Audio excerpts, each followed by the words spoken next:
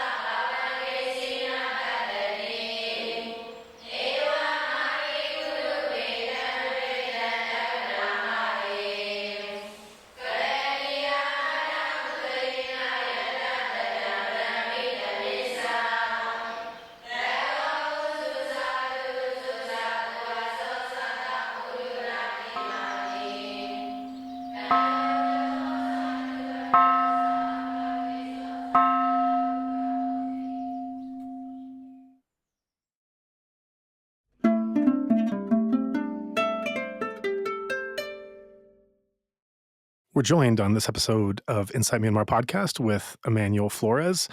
Emmanuel is a meditator from Brazil and found himself practicing and ordaining in Myanmar several years ago. As he'll get into detail and describing in the interview, his uncle was the ambassador of Brazil to Myanmar at the time. And so the stars aligned, allowing him to come and be with family, explore the culture, and also get a bit more into the Dhamma. And he'll talk about that experience. So, Emmanuel, thanks for joining and having this conversation with us.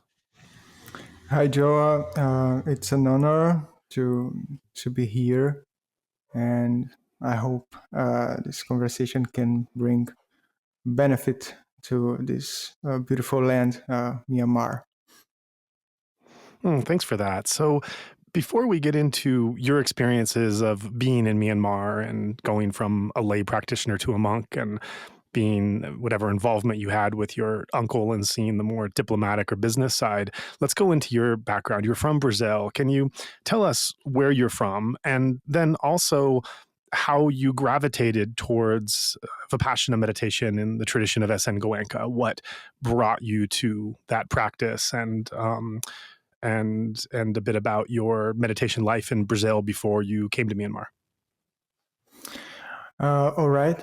I was born in Rio de Janeiro, and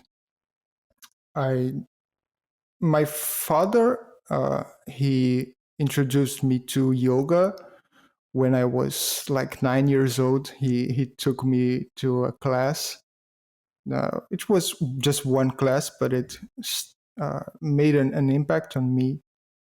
And I remember also other day, he he said to me just to sit and to meditate in front of a candle, and he didn't explain anything much, but I sat there for about 2 minutes, I think, and then got up and. But he's interested in. He was still is. He still meditates. He's interested in meditation, yoga, and that was a beginning for me, as well as having a grandmother who is a Catholic practitioner. So I also remember she speaking about God when I was very little, and I was interested in understanding, curious about what is God. And okay, that's like very early background when I was a kid. And when I was studying music. I'm a musician, and I was. I don't know if I'm still am. Everything changed a lot in my life, but when I was around 20 years old, I got my first vipassana course recommended by a friend.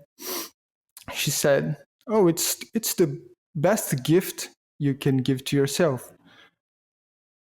She's a friend from South Africa, and she said that, and I said I must try it. And a few days before, I got a book from my father. I found a book about meditation and started reading, and I remember having already like experiences of concentration before the course.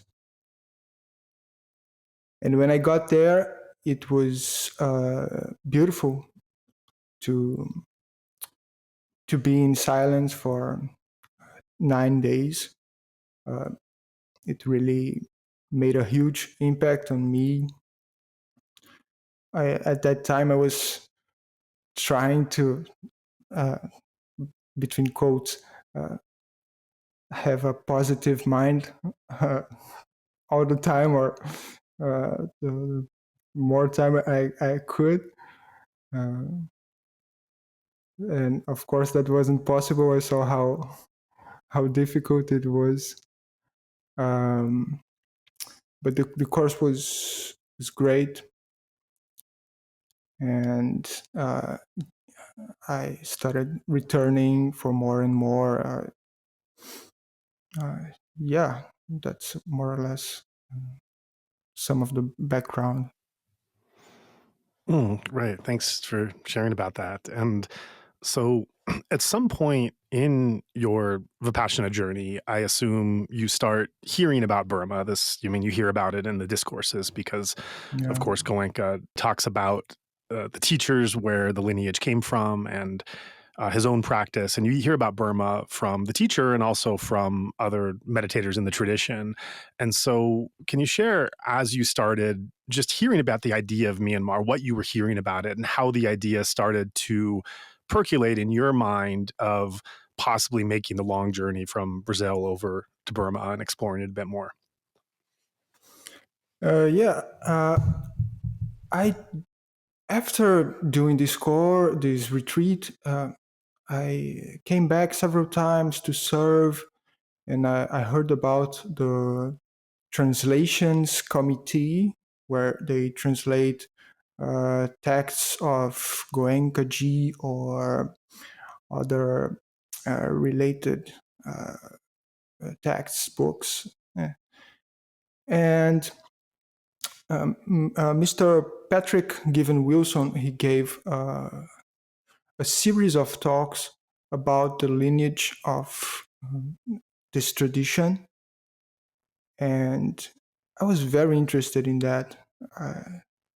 So I saw I saw them all: Webu Sayadaw, Sayagyi U Ba Khin, Ledi Sayadaw, Thet Gyi, and later on about Goenka. But those really impacted me, and I really wanted to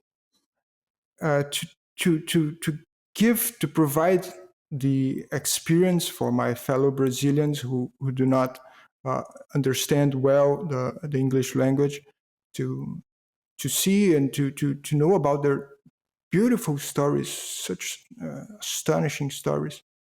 And then I translated. I volunteered to translate the whole Webu Sayadaw talk, and later on the Ledi Sayadaw talk. And I think that was the beginning when I really felt, whoa, what an interesting place to go to see.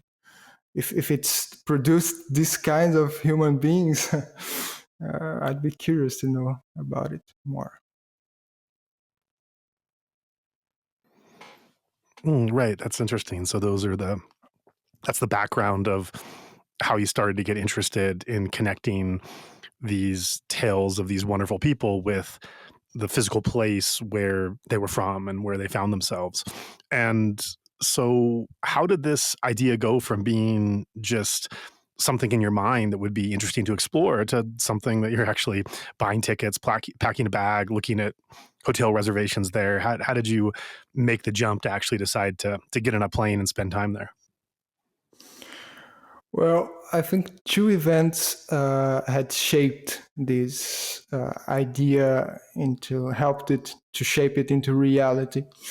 I don't know which one is the first. I don't remember actually. But I remember on January of 2019, I met a meditator who was present at my first course. He was the number of, like, the sitting most in front, the most dedicated, and his name is Felipe. He's a great friend, and he was just returning from 1 year in India. I think it was more, maybe 2 years, 2 years in India, and he also spent time in Myanmar.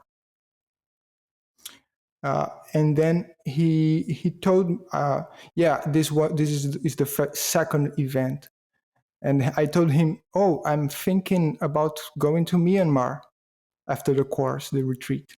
And he said, oh, wonderful, you really should go. It's such a beautiful place. I tried to went to Webu Sayadaw's place, and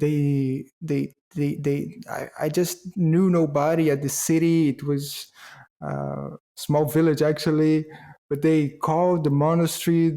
Some driver, they got a driver who drove 2.5 hours to pick me up. And it's such a beautiful country, beautiful people. You really should go. And so that was a really nice incentive. And the first event was with my uncle, who, he became the ambassador of Burma, and he was in Rio at that time. I don't know if it was Christmas. I think it was Christmas 2018. And I remember sitting to his side, and he said, "Oh, Manu," he called me Manu. Um, Here, and he picked up his phone, and he started showing me uh, images of Shredagon. Oh, this is Shredagon. Look at that. You should come and visit me. Yeah, come.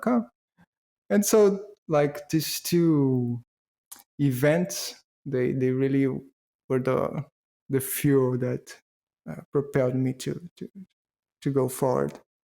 That's great to hear, these two things coming together. So then you made plans to go. You arrived there in 2019, and tell us what happens next. Yeah, so I arrived at Yangon in October 2019, and I went to my uncle's house, the residence of the embassy, and I stayed with him for some time. Um, I remember going to a group meditation at Dhamma Joti. It was a 2-hour sitting at a Sunday. It was beautiful. And after that, I came in contact with Mrs. Snow, who is now a nun, and she provided me information about Myanmar. I was interested in doing a long course, something like this, and she said, "Oh, why don't you come to Phyo Bui? I'm going tomorrow with another meditator."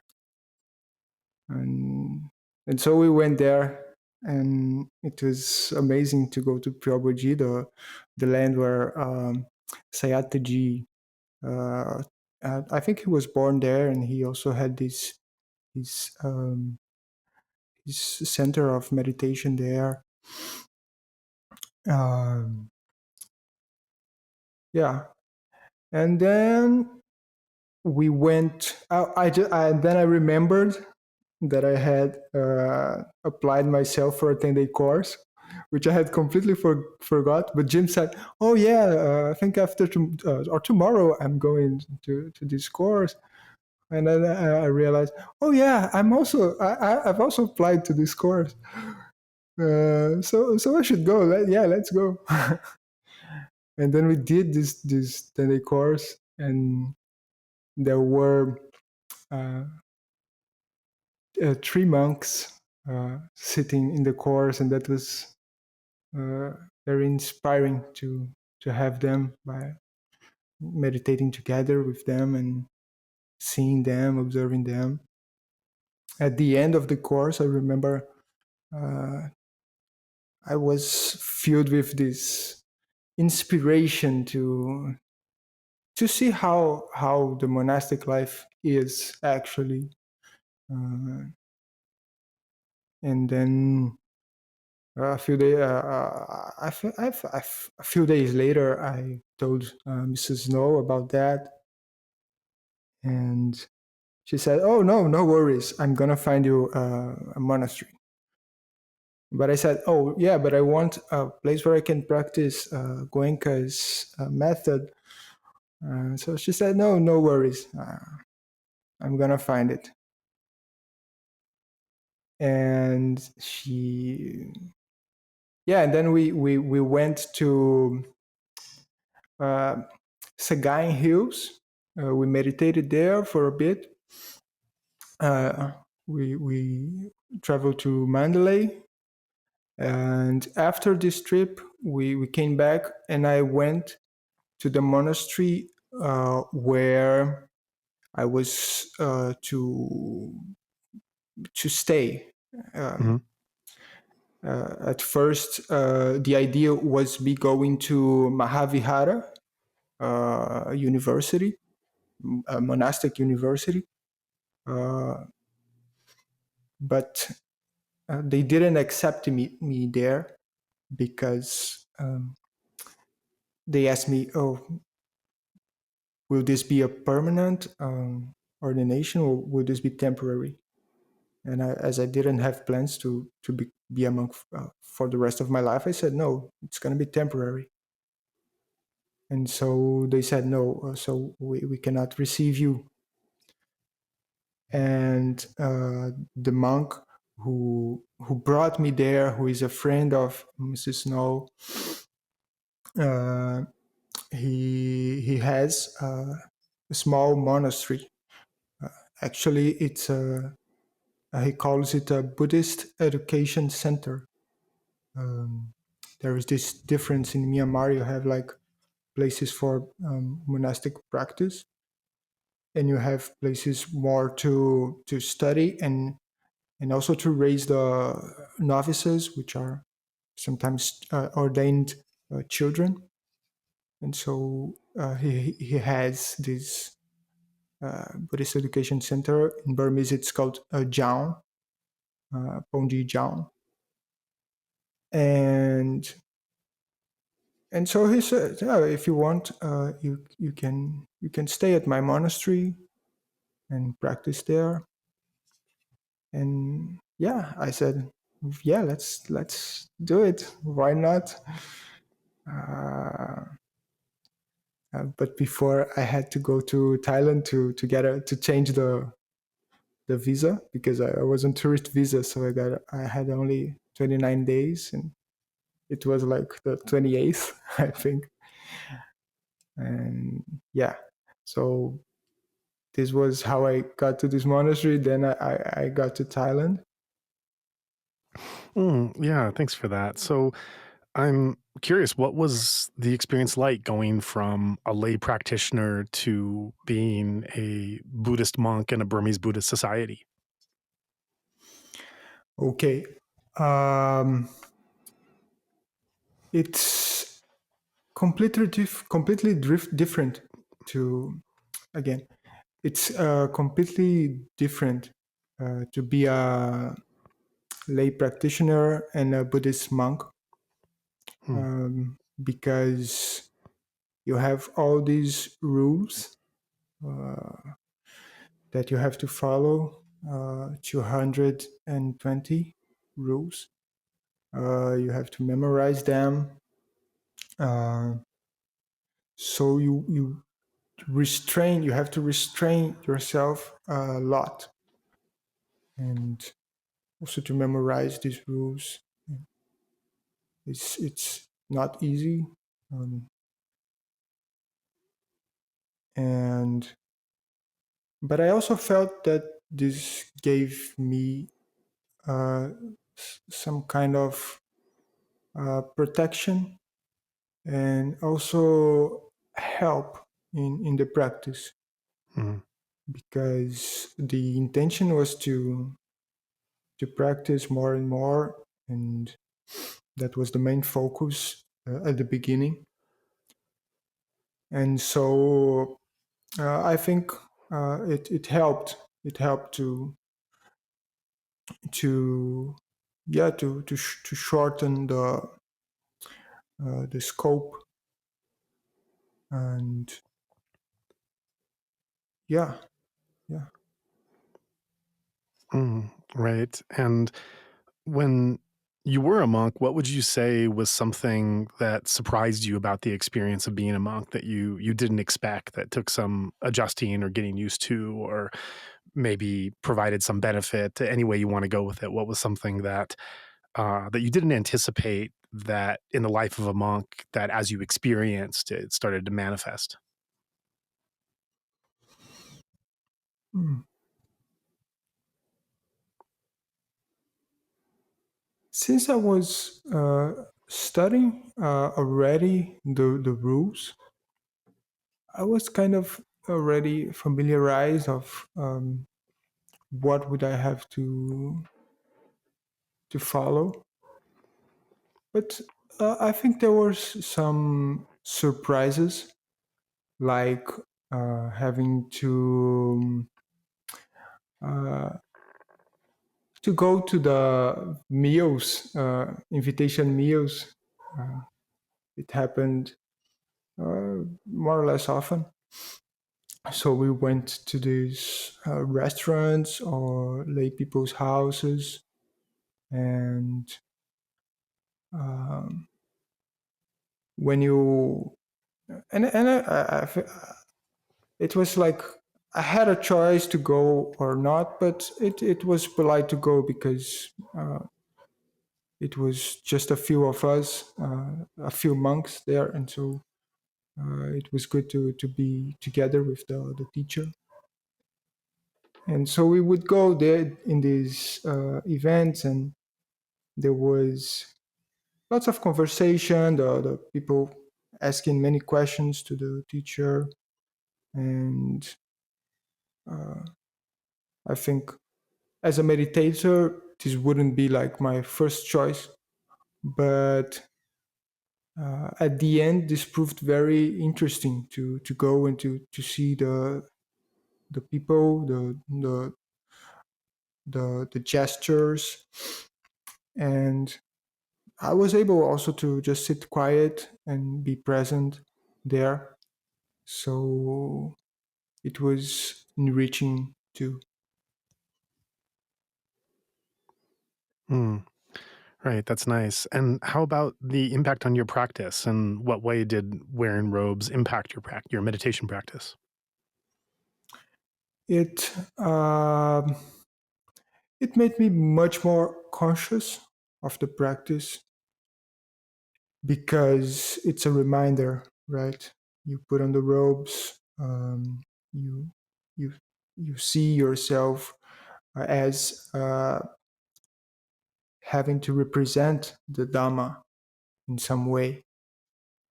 So it's a big responsibility. I faced that uh, as a big responsibility, and as trying to trying to give my best, because you have to.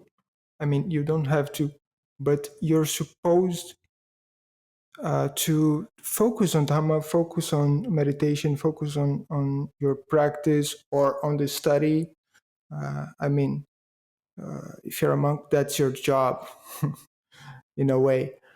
And so I tried my best to be worthy of so much I was receiving in requisites, in food, in accommodation, in anything I needed. That need was met with uh, the help of the people around me.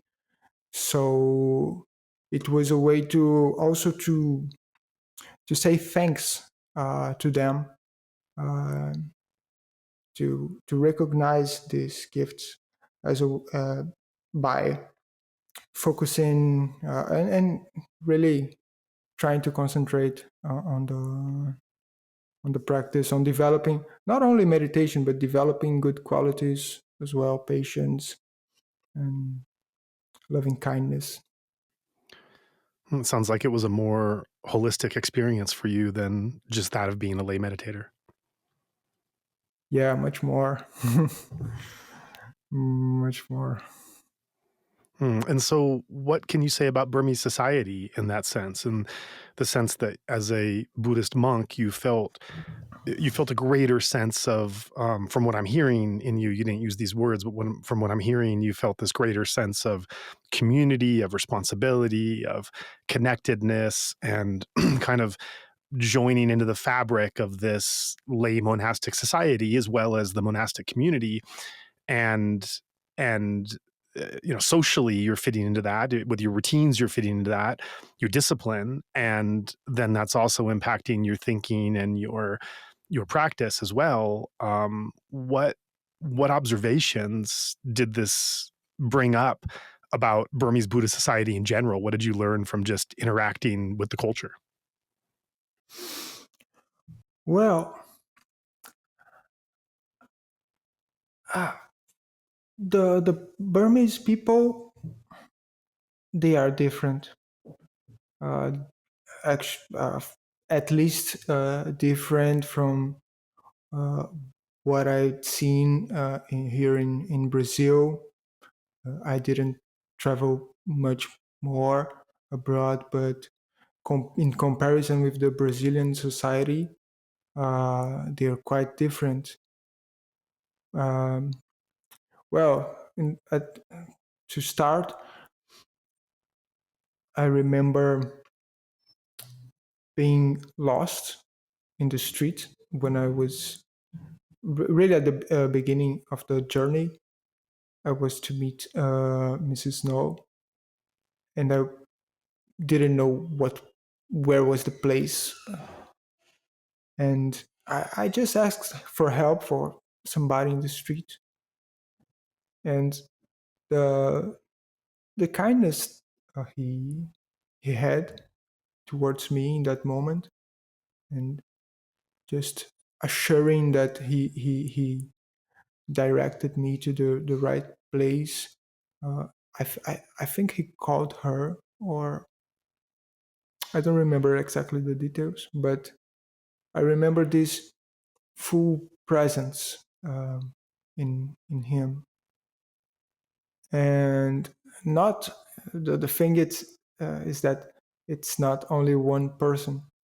It's a very common thing when you need something or when you talk to them. They are so supportive. They are so attentive to you. Um, they are, I think, they are good humored too. I remember this from the monastery. Um, the people that frequented there, not only the monks but the lay people who would come, and some people would live there. They weren't. I didn't see them complaining or frowning. They had mostly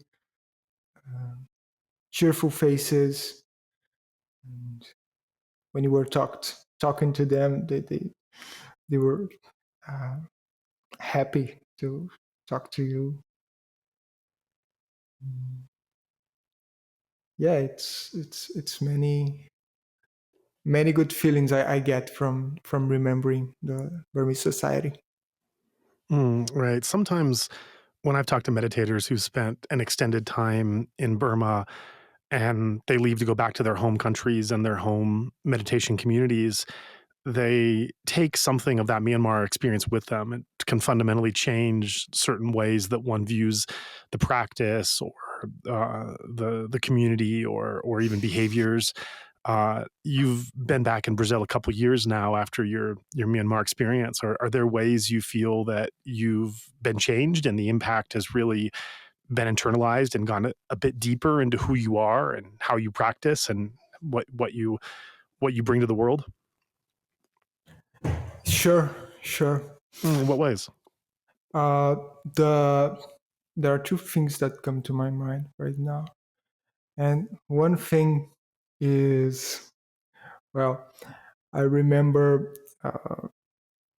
So this was the place where I stayed was studying, more of a studying place than a meditating place. So there were like 5 to 6 novices who were like from 8 or 6, maybe 6 to 15, and they would have their study time every day. And so study time for them was memorizing texts in Pali or in Burmese. And so, oh yeah, there are many things about it. And so the first thing is that, yeah, they would sometimes compete between themselves to who is the loudest, so they can hear themselves. At the end, it was a great, it would uh, make a great noise. And I remember trying to meditate and being pissed off because of that. And um, so one day there was another monk who would be with them. He so they would sometime from time to time come to him and recite the text to him. And he was so calm. He was into that environment. He wasn't separated as it was, and he was so calm. He was just doing his things, and he didn't seem to be affected by that. And that really uh, stuck on me. uh, I realized, well, yeah, I just have to practice with whatever I'm having right now, regardless of what it is. And I try to bring this to my day-to-day practice with my friend meditators. Uh, yeah, you always see that meditator who is bothered by the surroundings, Mm-hmm. but I think that's what this was a great lesson. That's a great point, and I think it also brings to mind how much foreign countries, as outside of Burma, as they've started to develop meditation retreats and cultures, that there there's there's this sense of like retreat conditions, Yeah.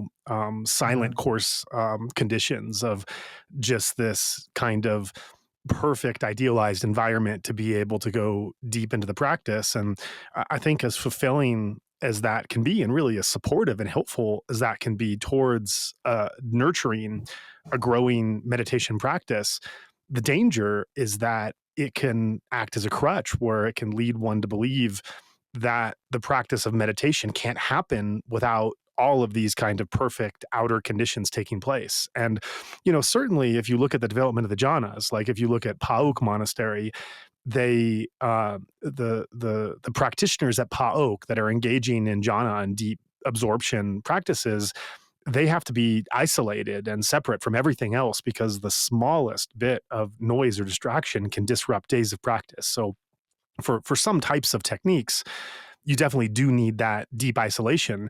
But as you say this, what comes to mind for me is some of the interviews I've done with Burmese political prisoners, and you're talking. I mean, I've interviewed half dozen of them or something on past podcasts, Mm.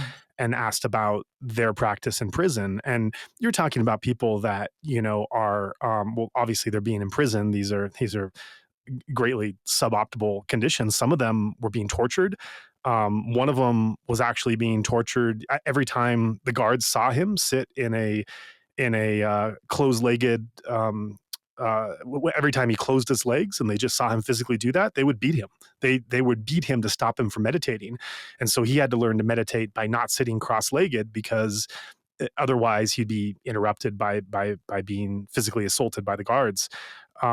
But in talking to some of these foreign political prisoners that really are practicing under the most horrid conditions of isolation and no access to being outside, and obviously to say nothing of food or comfort or anything else, and yet they're describing how they're able to access this Dhamma in these extreme circumstances, and just this powerful reminder of this resource always being there. And that's obviously a very extreme example, but I think anyone who comes to spend uh, extended periods of time in Myanmar, and especially in the monastic and the meditative cultures, you do see this, this term again, this suboptimal or less than perfect idealized retreat conditions of noise and heat and insects and comfort and distractions and all these things that yes, they happen, but they don't have to be these barriers. And I think that there is a danger in, I was going to say in the West, but it's obviously you're coming from Brazil, and I think there's many other non-Western countries that are developing meditation communities and retreat centers where this balance, I think, isn't being properly understood. That yes, you need to have some of these conditions to help nurture beginning students and lessen their distractions, but I think it really does become a problem and a conditioning that people start to feel that they can't really access this practice or benefit from the Dhamma and from these teachings unless they just have all these outer conditions met. And I think being in Burma is a very powerful reminder of the simplicity that one can renounce to, and letting go and accepting whatever these outer conditions are, and yet having extremely powerful and profound insights when one lets go into that. I totally agree with you. Yeah. And Hmm. I also have another thing that I brought to Brazil. It is the importance of study at the beginning. Right. Yeah, when I arrived there, like I was like, my focus is only meditation. I'm not interested in Burmese language. Hmm. I'm not interested in studying at all. I'm gonna just know the rules and practice. And I think it was fine. It's fine. it was good to have months of total dedication to meditation practice. No problem. But then speaking with my uncle and his wife, and they would encourage me to study. They said, "Oh, you have a teacher who is a master of the Mm, teachings of the Buddha. Why don't you mhm, ask him questions? Why don't you study with him?" mhm, mhm, And I said, "Yeah, why not?" So yeah, I started, and I opened myself to the Pali study as well as the Burmese learning, and it was so enriching to get in touch with the teachings of the Buddha. mm, I remember my teacher. I would I asked him once, but who's your teacher? What's your lineage? mm, And he answered, "Oh, my teacher is the Buddha." mm, And he said, I'm something in the line of, "I'm self-sufficient, you know. If I have a doubt, I can go to the text. I have the Pali canon to direct me. Um, I can go straight to the source, you know." And mm. this was wonderful to understand, to grasp, uh, because I too started um, trying to study, trying to develop at least a little bit of learning of the suttas and Mhm. Pali, and it's something I also see a lot. Many people just focusing on meditation practice, Right. but if they don't understand the teachings, maybe they're doing things Yeah. wrong. They might have misconceptions, as I had many, and I just figured out Yeah. there. Yeah, that's really interesting. I mean, so you're identifying three things just off the bat that shaped you, and I think these are really common growth experiences for meditators who are fortunate enough to come to Myanmar, which of course is not possible now, unfortunately. But when that window's open, you talk about first moving from this kind of solo lay practitioner that is doing a spiritual practice for your own growth and development into being an integrated part of a fabric of society and seeing this greater responsibility to where you fit within that multifaceted and dynamic Buddhist society. A second thing you talk about is less reliance on outer conditions and a faith and a belief that you're able to benefit from the practice no matter what kinds of interruptions, often unexpected interruptions or unanticipated, and distractions and discomforts and other things. And the third thing you mentioned is Yeah, the study. And I think that's another important thing to notice with the where Buddhism has spread to non-Buddhist countries in the past generation. I think it's taken, for the most part, a very not just non-intellectual form, but an anti-intellectual form, where yeah, meditation has almost seemed to be a rebellion against endless intellectualism and that doesn't lead you anywhere, and wanting to escape from the analytical or intellectual discourse on the part of some and just delve directly into this powerful practice of insight, and which is definitely a Kickstarter for many. I mean, for me as well. But I think that when that sense of not just unintellectual but anti-intellectual is carried further, that, as you said, you can be devoting and dedicating yourself to a practice, but we're given this gift of analytical minds. This also is nature, and there's a way to examine yeah, this nature. There's a way to use this nature. yeah, And when we put that aside completely for the experience of just mere practice without the analytical side of what that practice is or how that practice is how we can understand whatever suttas or or other study we want to engage in, we're closing off this whole sector. So, I think that's another, and I think the story that you're telling is, this is the story is unique to you, but it follows the same touchstones, the same points of most stories I hear, and also my own story Yeah.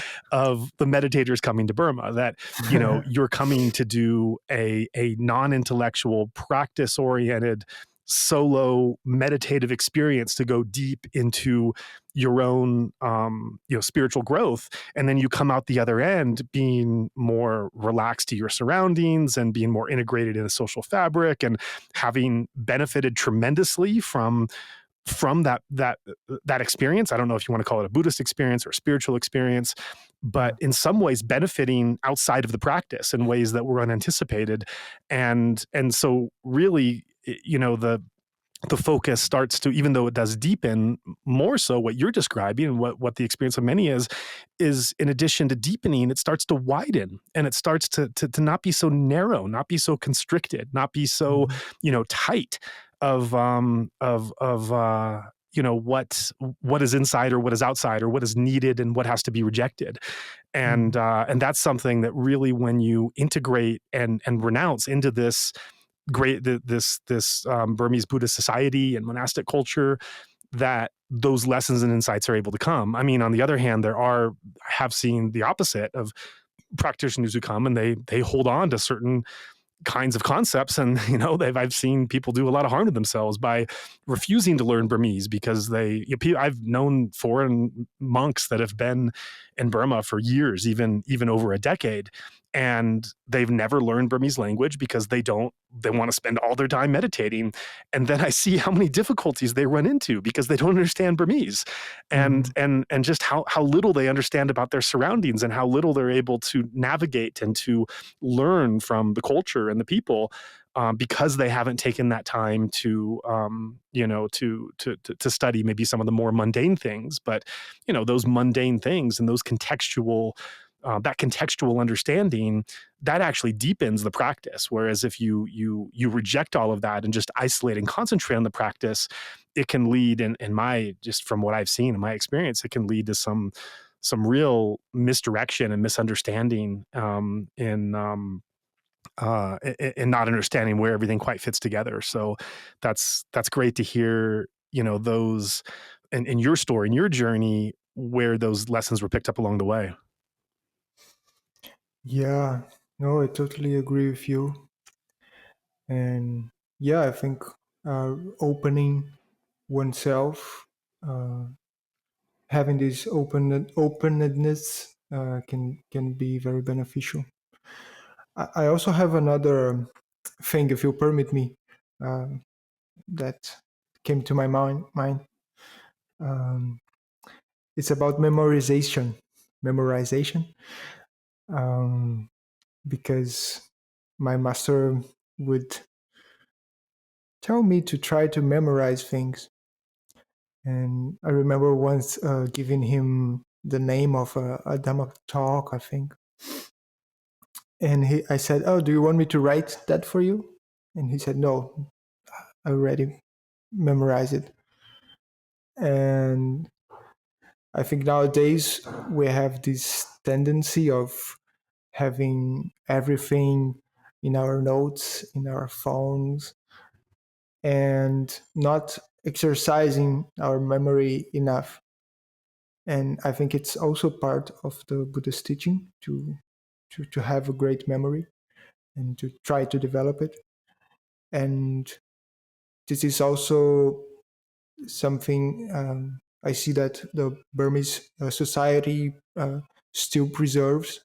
And I think it would be beneficial for practitioners who have interest to develop that too. After all, sati is memory as well, isn't it? Right. Yeah. Mm. Another great example. Yeah. Thanks for that. Really widening and opening up what the practice could be. So tell us how long you were actually in robes for, and then you were there when the coup broke, and you were there in the initial couple months of the coup.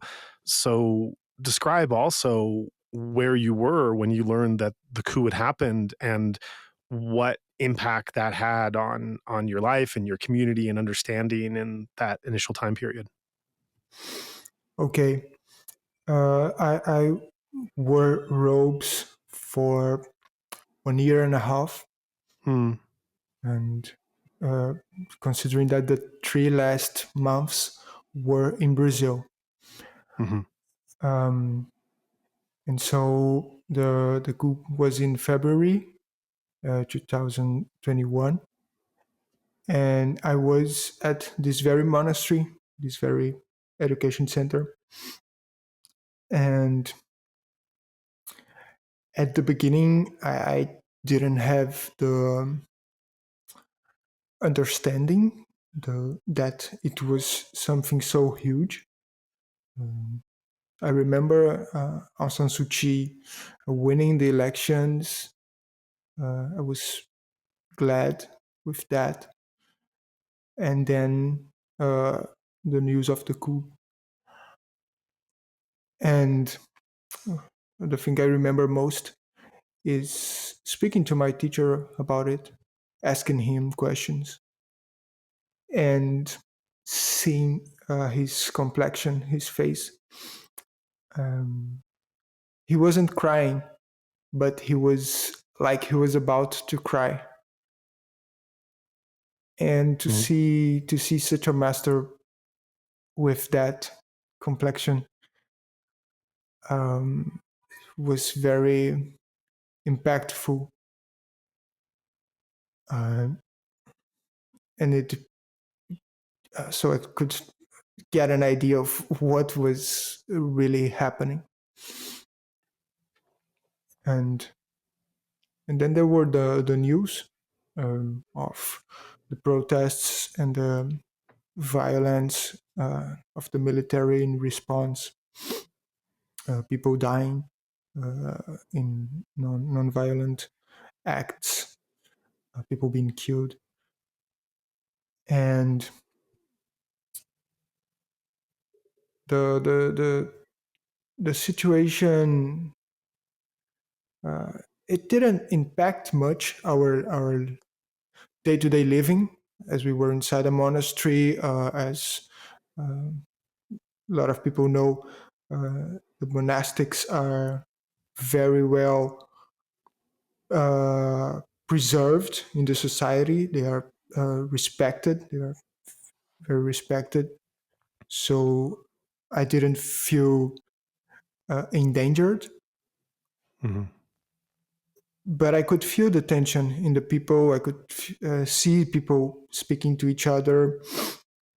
I would uh, accompany the news, and it was a tense period.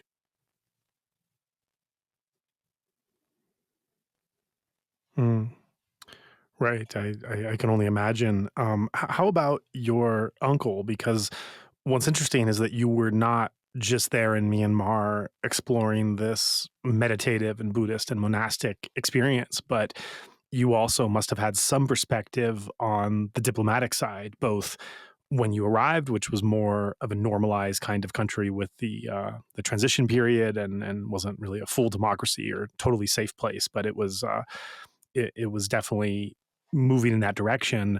And then following the coup, all bets were off, and it turned immediately into a very weird, abnormal situation. But from your correspondence, your conversations with your uncle, as well as the time you spent in his home and just seeing his diplomatic mission up close and personal, what did you learn from that perspective that complemented the more meditative and Buddhist side as you spent time with hearing from him and seeing how he went through the day? What did you learn about that? Well, I'm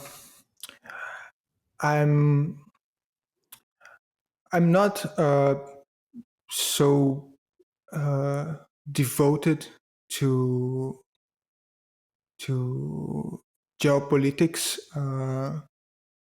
Unfortunately, I hope I was more. I studied more. I knew more about it, But when my uncle was there, my priority was more like being more close to him, because he was always away during my life. So it was an opportunity to be close and to meet him, to ask him questions about our family.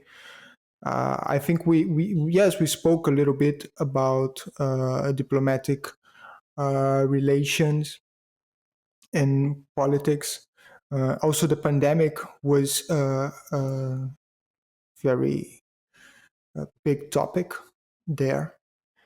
But he left Burma in December 2020.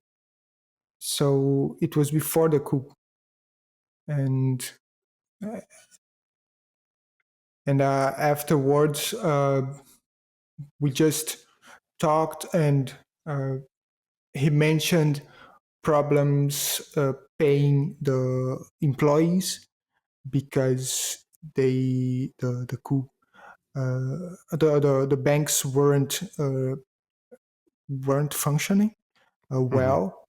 So the like an employee from the embassy had to go to Thailand to get money, to extract money, to bring back to Burma to pay the employees. Yeah, I remember him saying that.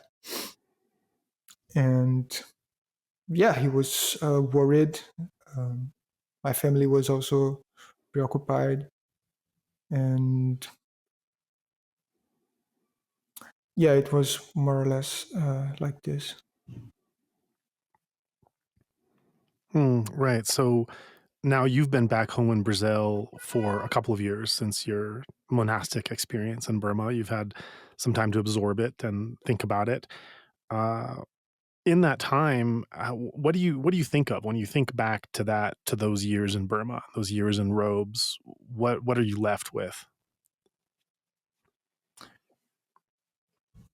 I'm left with a thankful feeling, with lots of love towards all the people of Burma that I met and that I don't met,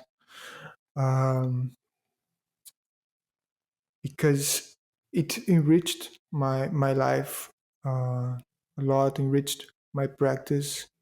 As I said, it's such a beautiful people, and I think I'm always on my meditations at the end when practicing metta. I always try to remember them, and yeah, I still have contact with Ao Ming, who is a friend from the embassy. I still write to my teacher when it's his birthday, Mrs. Snow. I still have contact with her, and Burma is still in my mind, and I really wish I can visit. I can go back there again, learn from the place more, and yeah, that's it. Thank you. Thank you for sharing those memories and taking a chance to be with us here and reflecting on your monkhood in Burma. Thanks, Joe. Thanks for the opportunity.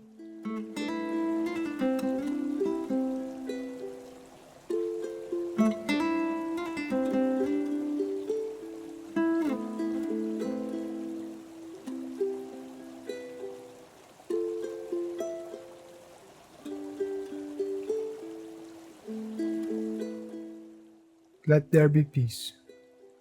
Let men drop all their weapons, disarm their bombs, their mines, unload their guns, bend their knees. Let men abandon all the hatred in their hearts. Let men reunite all those who are apart.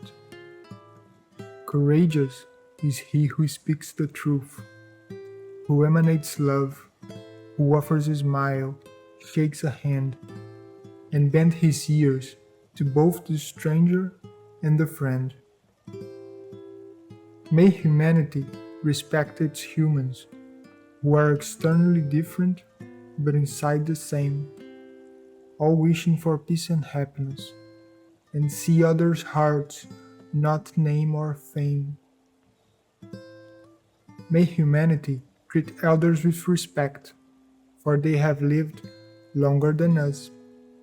They have cared for us in our childhood, and so we should care for them. May we open our hearts to ideas of good, to messages of health and kinship, of wisdom and peace. May we listen often to those who are wise, for their counsel is one of the best gifts. And let us cultivate our minds. Meditation is the way indeed, not only on the cushion, but at every moment. In all our actions, this is our best deed. With the aid of this mental cultivation, let us lay down all the anger of the heart. Then all our steps will flourish, and life shall be art.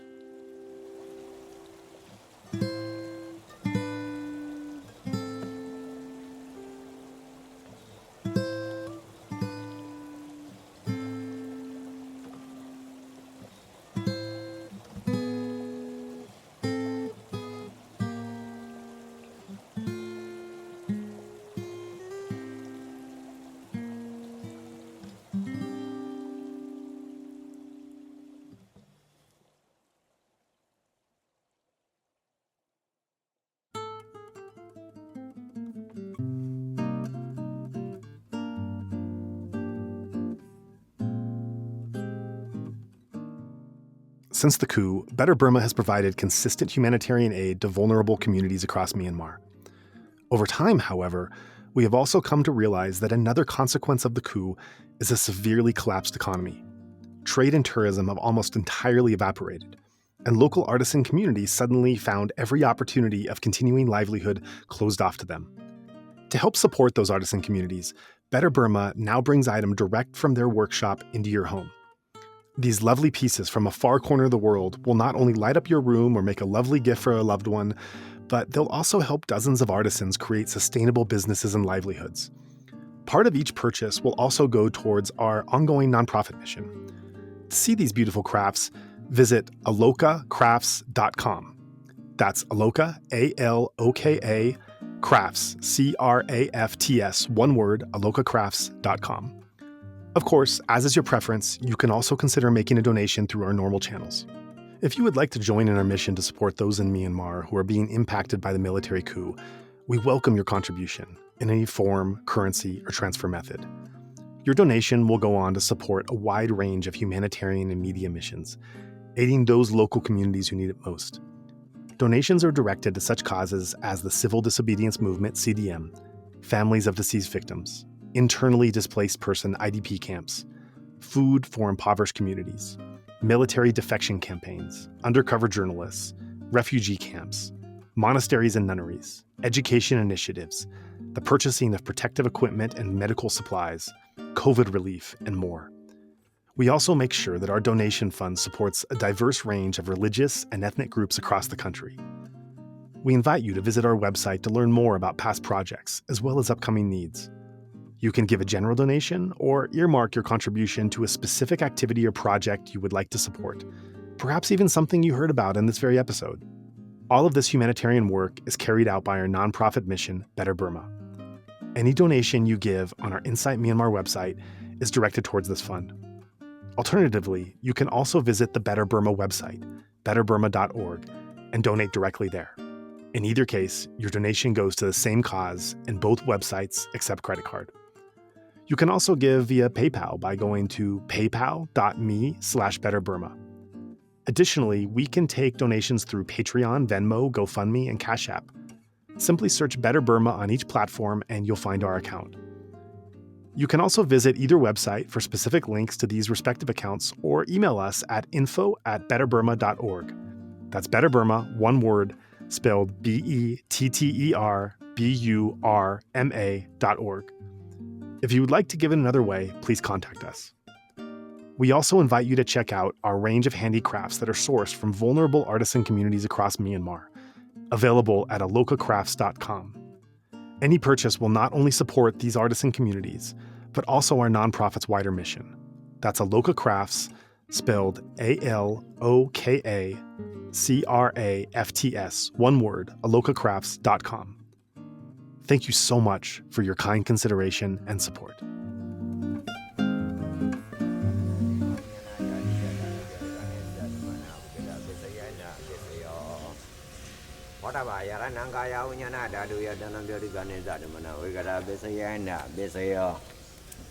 Oba yarananda dayananga yaranaya dayanam boda yaranam